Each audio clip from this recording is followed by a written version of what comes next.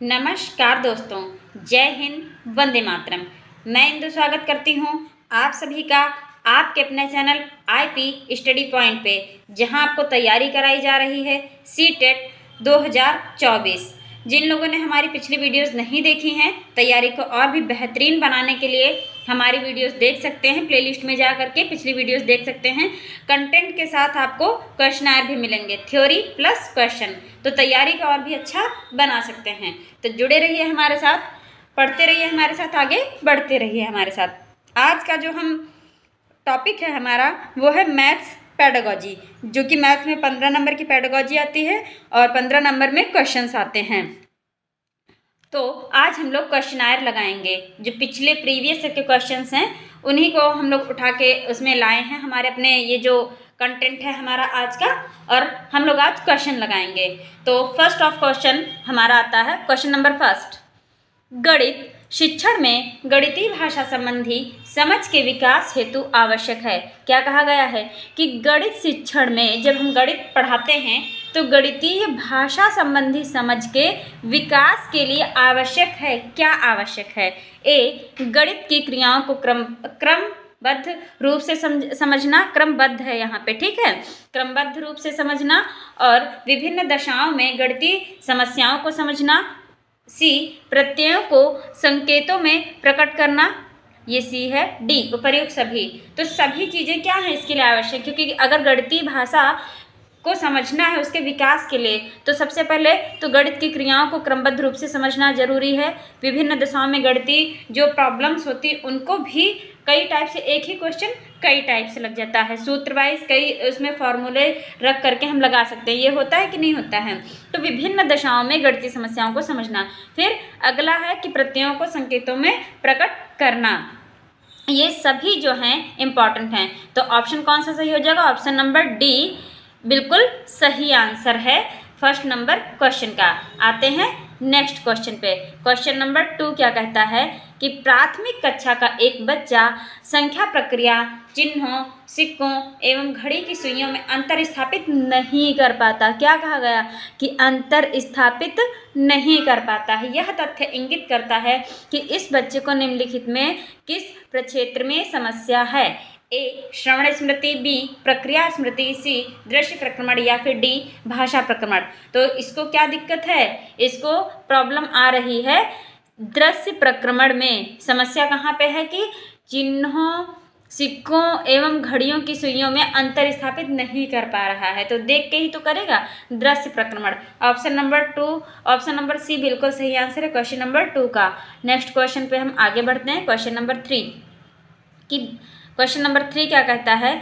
भिन्नों का प्रश्न समझने के लिए शिक्षक को सर्वप्रथम चाहिए, क्या चाहिए? ए, चौकोर, गोल एवं आयताकार आकृतियों या वस्तुओं में उनको इकाई मानते हुए भिन्न भागों में समझाइए। बी, भिन्नों का जोड़ व घटाव समझाएं। सी, अंश व हर के समान और असमान परिणाम को अलग अलग समझाएं।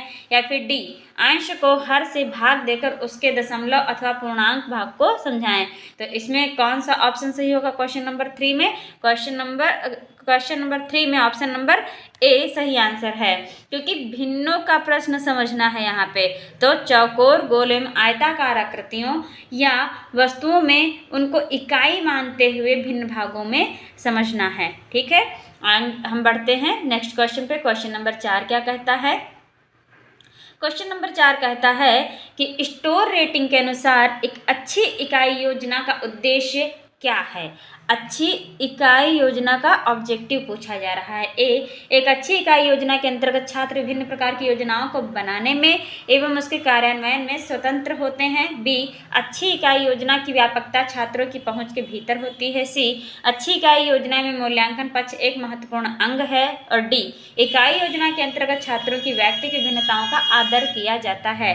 तो क्वेश्चन नंबर 4 में कौन सा ऑप्शन सही है? ऑप्शन नंबर ए कि एक अच्छी इकाई योजना के अंतर्गत छात्र विभिन्न प्रकार की योजनाओं को बनाने में एवं उसके कार्यान्वयन में स्वतंत्र होते हैं। ऑप्शन नंबर ए बिल्कुल सही आंसर है। नेक्स्ट क्वेश्चन पे आगे बढ़ते हैं हम लोग। क्वेश्चन नंबर 5, एक बेलनाकार गिलास निम्न में से किसका प्रतिरूप है? घनाभ, गोला, शंकु या खोखला बेलन। तो किसका जो बेलना का जो गिलास होता है वो किसका प्रतिरूप होता है? क्वेश्चन नंबर 5 में कौन सा सही है? ऑप्शन नंबर डी, खोखला बेलन।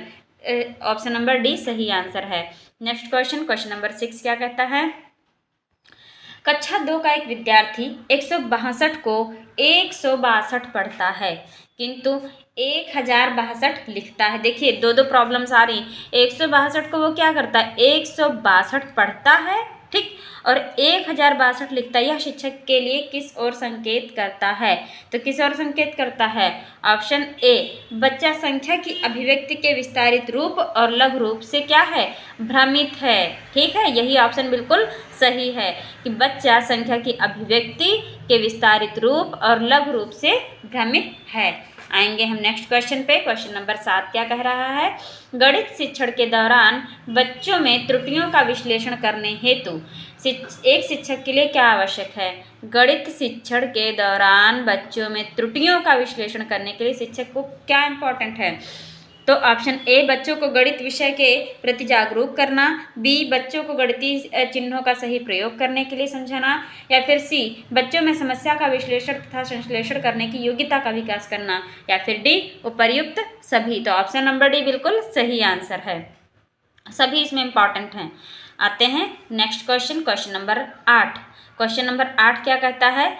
क्वेश्चन नंबर 8 कहता है कि षटभुजाकार पिरामिड के बारे में कौन सा कथन सत्य है? सत्य कथन पूछा है। ऑप्शन नंबर डी, एक बिंदु पर मिलते हुए 6 त्रिभुजाकार फलक के साथ इसका षटभुजाकार आधार होता है। तो ऑप्शन नंबर डी बिल्कुल सही आंसर है। नेक्स्ट क्वेश्चन पे हम आगे बढ़ते हैं। क्वेश्चन नंबर 9, प्रत्यय स्मरण, परिभाषा, कारिणी बनाना, छांटना, मापन इत्यादि क्रियाएं पक्ष के किस स्तर से संबंधित हैं? ये संबंधित होती हैं ज्ञान से। किससे संबंधित हैं? ज्ञान से। कि प्रत्यय स्मरण परिभाषा की बात करी गई है, कारिणी बनाना, छांटना, मापन इत्यादि के लिए ये ज्ञान से संबंधित है। आएंगे हम नेक्स्ट क्वेश्चन पे। क्वेश्चन नंबर 10, यदि किन्हीं दो समांतर रेखाओं को कोई तिर्यक रेखा काटे तो कौन सा कथन असत्य होगा? पूछा गया है। अगर दो समांतर रेखाएं हैं ये और इनको कोई तिर्यक रेखा काट रही है तो कौन सा कथन असत्य होगा? तो हम आगे देखते हैं इसमें कौन सा ऑप्शन है। ऑप्शन नंबर ए, एकांतर कोण बराबर होंगे, बी, एक ही और बने अंतःकोणों का योग 180 डिग्री होता है, या फिर समांतर रेखा पर बने कोई दो कोण संपूरक होंगे, या फिर संगत कोण बराबर होंगे। ठीक है, तो इसमें कौन सा ऑप्शन सही होगा क्वेश्चन नंबर 10 में? ऑप्शन नंबर सी, समांतर रेखा पर बने कोई दो कोण संपूरक होंगे। ठीक है, ये बिल्कुल सही आंसर है, option number C, question number 10 का। नेक्स्ट क्वेश्चन पे आते हैं। क्वेश्चन नंबर 11 क्या कहता है कि गणित को रोचक, सुग्राही, सरल बनाने के लिए आवश्यक है। क्या आवश्यक है? तो आवश्यक होता है प्रभावशाली मनोवैज्ञानिक विधि। 11 का सी सही है। आगे बढ़ते हैं। 12, आंकड़ों के विश्लेषण संबंधी विद्यार्थियों की समझ का आकलन करने के लिए सर्वाधिक उचित रूपात्मक कार्य है। तो कौन सा सर्वाधिक उचित रूपात्मक कार्य होता है? बी, सर्वेक्षण आधारित परियोजना। बिल्कुल सही, जो इसका उचित रूपात्मक कार्य होता है सर्वेक्षण आधारित परियोजना बनाना। तो 12 का बी सही है। नेक्स्ट क्वेश्चन पे आते हैं। क्वेश्चन नंबर 13, सर्वाधिक प्रभावशाली शिक्षण सामग्री कौन सी होती है? पूछा गया है। तो सर्वाधिक प्रभावशाली इफेक्टिव शिक्षण सामग्री जो होती है वो प्रत्यक्ष अनुभव, जो हम देख के अनुभव करते हैं जस्ट सामने, वही सबसे ज़्यादा जो है इफेक्टेड शिक्षण सामग्री TLM होता है। बी सही है 13 का। आएंगे हम नेक्स्ट क्वेश्चन पे। क्वेश्चन नंबर 14 क्या कहता है कि गणित का ज्ञान किसके लिए आवश्यक है? बालक के लिए, शिक्षक के लिए, व्यापारी के लिए, कि सभी के लिए? तो सभी के लिए गणित की उपयोगिता होती है। देखिए बालक के लिए भी उसको यूज होता है कि वो पढ़ता है, शिक्षक के लिए भी, व्यापारी के लिए भी, बिजनेसमैन को भी गणित में पता होता है कि क्या क्या चीज़ें होनी चाहिए। ठीक है, उसके लिए भी ऐसे, तो इन सभी के लिए ज़रूरत होती है। आगे बढ़ेंगे। आगे हमारा क्वेश्चन आता है 15, गणितीय पहेलियाँ गणित शिक्षण के किस मूल्य का उदाहरण हैं? तो किस मूल्य का उदाहरण है? कलात्मक मूल्य का उदाहरण हैं। तो option number A question number 15 का बिल्कुल सही आंसर है। तो आज का यह टॉपिक हमारा यहीं समाप्त होता है। हम आपको मिलते हैं नेक्स्ट वीडियो में। तब तक के लिए चैनल को सभी लोग सब्सक्राइब कीजिएगा, वीडियो को लाइक और शेयर कीजिएगा। Thanks for watching this video.